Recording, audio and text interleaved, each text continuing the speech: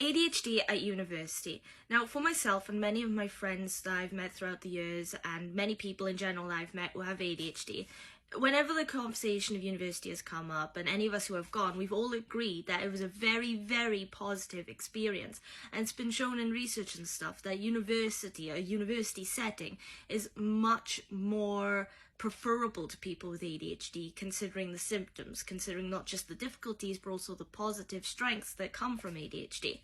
The reason being is because whereas with, for instance, primary school, comprehensive school, high school, or college, now college is a little different, it's a little more flexible in college, but let's go with the basic forms of education from primary to comprehensive or high school.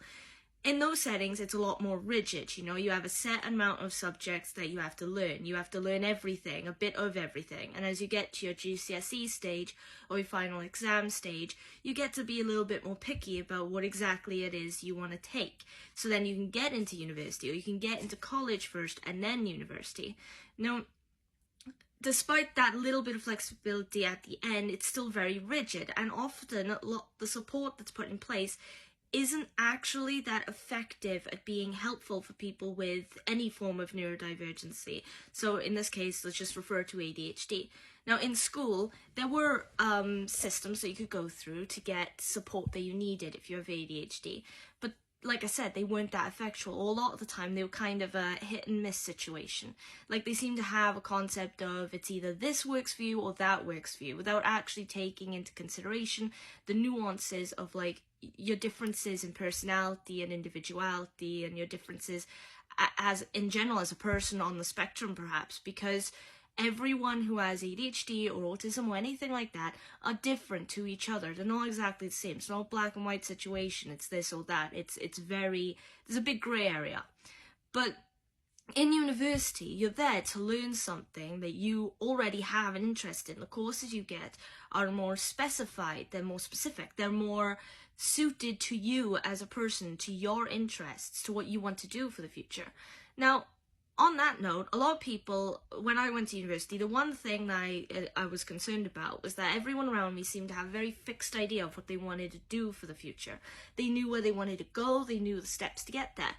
I still didn't, and that made me feel not only a bit immature and a bit childish, but also kind of unequipped to even be there. However, the facilities in the university are really helpful with even addressing things like that. Now, if you go to university and you have ADHD, the systems they have in place there and the resources they have in place to help you on your journey through uni and afterwards are far more effective than anything in previous years of education. So with me, I was given a list of like certain groups, social groups, so I could like build on my communication skills, on my ability to get to know people, to make friends. But also I was given a list of counselling options if I wanted any, for emotional support or for support specifically with my diagnosis and understanding it, or how I can put certain things in place to help benefit me. Even with the exam settings, my first time I had a test, they asked me, do I want to be in a quiet room? Now, I said I'd give it a go because I wasn't sure if that would actually help me. But for one test, they put me in there, and as soon as I told them, you know what, no, that did not help me. For some reason, I actually found it harder to concentrate in a room that was completely empty except for me. It felt very oppressive. As soon as I told them that, it was like a click of the finger and done. They fixed it, and they were like, fine then, we'll put you in this setting. How does that work?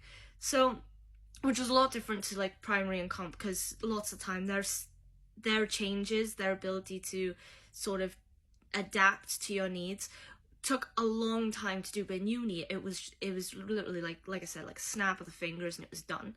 So, and they also sometimes have people in place, counselors and such, that are specifically there to help talk you through opportunities for the future or your dreams for the future, or how to get there.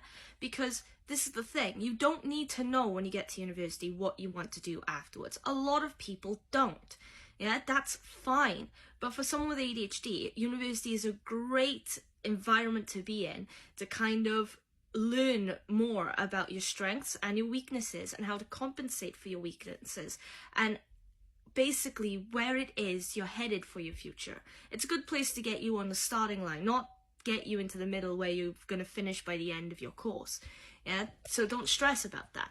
But like I said, university is not just good for that, because also in university, with the lectures being more specified to you and your individual interests, there's also more flexibility with your time management and with your deadlines.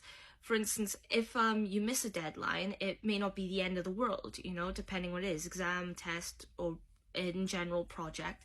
And if there's something that comes up, you can talk to your lecturer, and then they can perhaps tweak things to benefit you more. For me, I had a slightly longer deadline than everybody else, just because it took time for me to really get into the project and get it done, which I really appreciated, because it made me feel less stressed. It was like, right, I know where one deadline is, and I know where my deadline is, and it gave me a good sort of idea of where I wanted to be in terms of my time management. But on top of that, with the flexible lectures, you know, the one lecture a day sometimes I had 3 lectures a day, and there were breaks in between. It really helped me stay motivated, stay in the moment. It really helped me not become overwhelmed or stressed by the amount of work. Because regardless of whether or not the work is more difficult than it was in previous years of education, it's still something you're interested in. And with the flexible time, that just makes it easier for you to really allocate your time, try and get on top of projects, try and do different things to just benefit you. For instance, I have a book by here where it's got some pointers. It's like, for one, you could try arranging your deadlines on your calendar from the start of term. Yeah, and straight then you know where you need to go. You know, step-by-step process how the year is going to unfold.